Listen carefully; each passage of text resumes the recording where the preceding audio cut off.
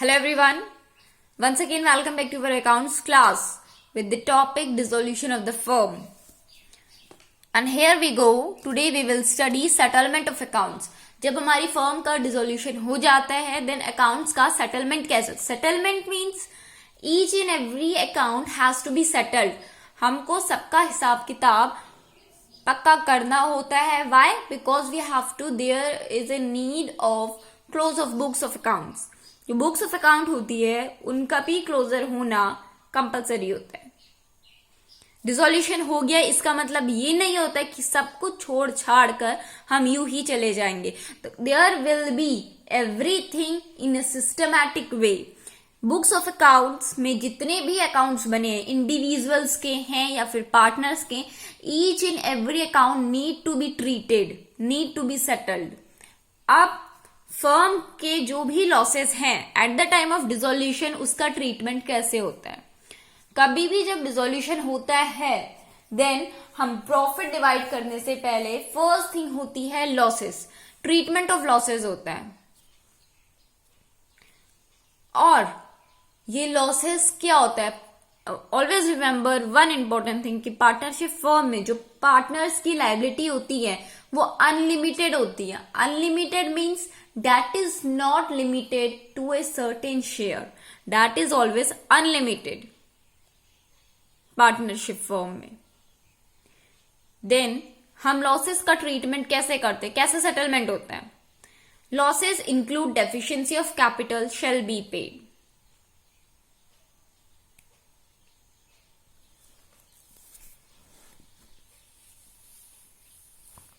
Now treatment losses को हम firstly कहां से पे करेंगे. जो भी हमारे फर्म में लॉस हुए हैं सबसे पहले तो हम उसको प्रॉफिट में से देंगे. बट अगर इन केस हमारे लॉसेस काफी ज्यादा है एंड प्रॉफिट कम है, इन केस व्हाट, डिसोल्यूशन में अक्सर ऐसा ही होता है. हमारे लॉसेस ज्यादा होते हैं, प्रॉफिट कम होता है. जब हम प्रॉफिट में से अपने लॉसेस पे करने के कैपेबल नहीं हो पाते हैं इन मोस्टली केसेस, तभी जो होता है, जो मतलब फर्म है वो क्लोज्ड होती है. But in some cases like mutual conduct और डिसोल्यूशन बाय नोटिस होता है जिसमें डिसॉल्व सारे पार्टनर म्यूचुअल कंसेंट से करते हैं. In that cases we can say that हमारी प्रॉफिट्स में से लॉसेस हम पे कर सकते हैं even though by our willingness we are willing to close the books, close the firm. So first thing क्या होती है, हम लॉसेस को किससे पे करेंगे? प्रॉफिट से. Second thing, out of capital of partner. Partners की कैपिटल में से पे होगा.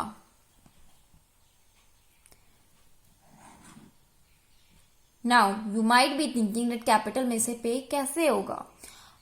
Eight the time of formation of partnership firm, partner क्या करता है, अपने साथ कुछ अमाउंट ऑफ कैपिटल लेकर आता है and that is what, firm के लिए लायबिलिटी है. यस, फर्म के लिए लायबिलिटी है, बट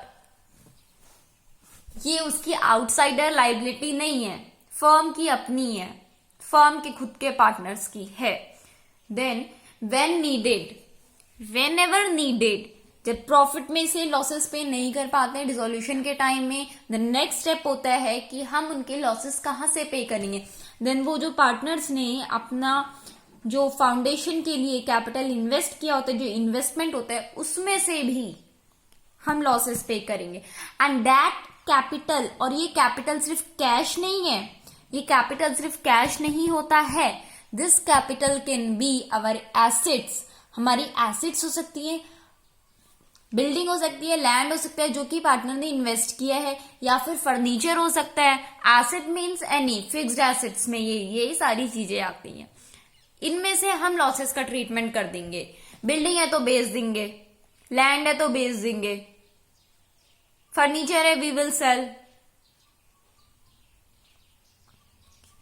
ऑक्शन कर देंगे सबका. There will be what, treatment of loss करना है, we have to pay the losses. और लास्टली अगर इन दोनों सिचुएशन, दोनों मेथड से भी हम लॉसेस पे नहीं कर पा रहे हैं, देन लास्टली क्या हो गया, लास्टली होगा कि फंड्स में से तो पे नहीं हुआ। अब पार्टनर्स की लायबिलिटीज क्या है? Unlimited. Unlimited means no limitation. अब पार्टनर के इंडिविजुअल जो खजाना है या जो इन्वेस्टमेंट्स है उसमें से पार्टनर क्या करेगा? लॉसेस पे करेगा। Now partners individually losses, they will pay the losses in their profit sharing ratio। जितना भी लॉस इन दोनों तरीकों से पे करने के बाद, इन दोनों सिचुएशंस से पे करने के बाद बचता है, दैट परसेंट ऑफ लॉस सभी पार्टनर्स में डिवाइड होगा in their profit sharing ratio. जो उनका profit and loss sharing ratio है उस रेशियो में वो परसेंट ऑफ लॉस डिवाइड हो जाएगा। एंड इन केस अगर कोई, यहां पे तो सिर्फ फर्म का डिसोल्यूशन है, फर्म इंसॉल्वेंट हुई है ना, फर्म इंसेन हुई है, अगर कोई पार्टनर भी इंसॉल्वेंट हो गया देन तब क्या होगा? वो कहां से लॉस पे करेगा? क्योंकि वो तो इंसॉल्वेंट हो गया, फर्म ने उसको इंसॉल्वेंट कर दिया। अब आप उससे इंडिविजुअली कुछ नहीं ले सकते। उसके जो भी मतलब टेंजेबल एसिड्स हैं आप उसको बेच सकते हैं, वो बिकाऊ है, ऑक्शनेबल है, बट इंडिविजुअली आप उसको बेच नहीं सकते ना। आप कहां से लेकर आएंगे? हम उस पार्टनर से नहीं ले सकते। जो रिमेनिंग पार्टनर है जो कि सॉल्वेंट है, solvent means they are capable to pay डेब्ट, उन दोनों पार्टनर में जो लॉस का परसेंट है वो डिवाइड हो जाएगा। This was settlement of loss का सेटलमेंट। नाउ अब अगर विलिंगनेस पार्टनर मतलब जो डिसोल्यूशन है वो बाय विलिंगनेस हुआ है तो उसमें एसेट्स का क्या होगा? Application of assets. अब हम अपनी एसेट्स का क्या करेंगे? इन पेइंग द डेब्ट to the firm to the third parties, right. Assets का यूज कहां पे होता है? फर्म का। हम थर्ड पार्टी को डेब्ट पे करने के लिए यूज कर सकते हैं। In paying each partner proportionately what is due to him. अब जो इस सबके लॉसेस पे करने के बाद अगर फर्म में कोई एसेट बच जाती है देन वो एसेट कैसी भी हो सकती है ना, करंट एसेट भी हो सकती है, फिक्स्ड एसेट भी हो सकता है कोई ऐसी एसेट हो जो कि ऑक्शनेबल करने के बाद, ऑक्शनेबल मतलब वो बोलियां नहीं लगती हैं, बिकाऊ है, सेल ऑक्शनेबल जिसमें रेट लगते हैं डिफरेंट इंक्रीज ऑफ बोली लगती है ना, उसको ऑक्शनेबल बोलते हैं। किसी ने खरीदा ही नहीं, रह गया, then what will we do of that asset? वो जो नाउ इफ फर्म के पास पार्टनर्स की भी तो लायबिलिटी हो सकती है। मे बी किसी पार्टनर ने फर्म को लोन दिया हो, देन फर्म के लिए तो वो लायबिलिटी है, वो उसकी लायबिलिटी जो है इनर लायबिलिटी है, इंटरनल लायबिलिटी है, तो उसको वो लास्ट पे करेगा। नाउ अब वो लास्ट आ गया है और if you are having assets then हम क्या करेंगे? उस पार्टनर को जिससे कि फर्म ने एडवांसेस लिए थे उसको पे करेंगे। और ये जो लायबिलिटी हम पे कर रहे हैं ये सिर्फ एडवांसेस के लिए है, कैपिटल के लिए नहीं है। कैपिटल पे करना दैट इज डिफरेंट थिंग, वो बाद में आता है। जब हमने हर एक पार्टनर के लोन, एडवांसेस या सैलरी या फिर कोई भी कंपनसेशन, जो भी मतलब what ever the firm is due, जो भी फर्म के पास ड्यू है वो सब पे करने के बाद if any asset left then we will pay what? amount of capital. After then only we will pay the amount of capital to each partner.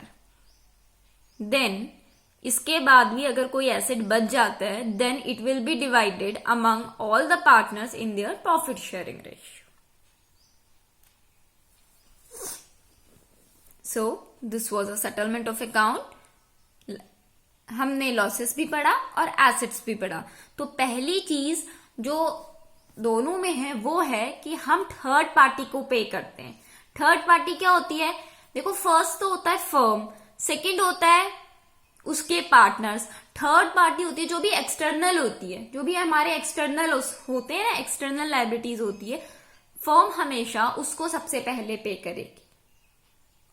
Then internal liabilities के इंटरनल क्रेडिटर्स को पे करेगी, जो इंटरनल लायबिलिटीज हैं उसे पे करेगी। Internal liabilities हमारे पार्टनर्स हो सकते हैं, हमारे एम्प्लॉयज हो सकते हैं, एनी वन ऑफ देम, हम उसे पे करेंगे। एम्प्लॉयज भी थर्ड पार्टी हो सकते हैं, ओके। सो उनको पे करेगी एंड देन आफ्टर क्या करेगी, फर्म किसके पास आएगी, अपने पार्टनर्स के पास आएगी और उनका जो कैपिटल अमाउंट है वो पे करेगी। Is it clear? Hope you are clear with it. Now accounting treatment क्या होगा इसका, ये तो था सेटलमेंट ऑफ अकाउंट है, अकाउंट का सेटलमेंट हुआ है। अब होल ओवर अकाउंटिंग ट्रीटमेंट हम कैसे करते हैं, जब फर्म डिसॉल्व होती है, its books of account are to be close, profit और losses arising on realisation of assets and discharge of liabilities to be computed for this purpose.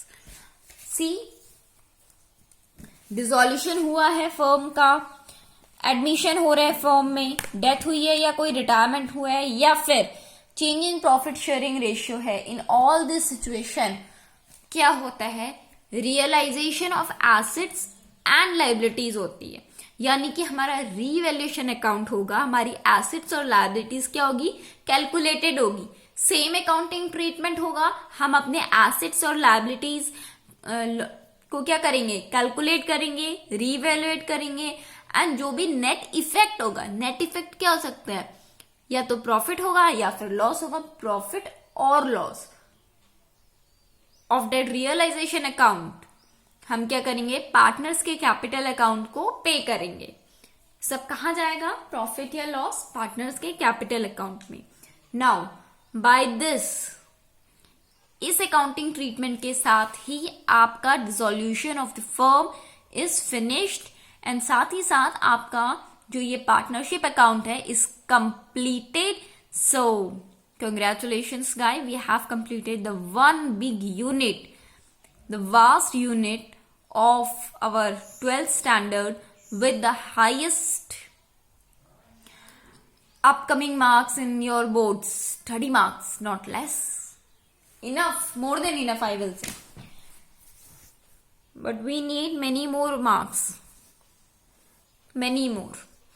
So guys, now what we have to do, lot of numericals. This what is treated. ये officially हमारा chapter finish हो चुका है, completed हो चुका है, but there is a lot of things to do yet, lot of practices to be needed to be made. So get ready for that and good luck.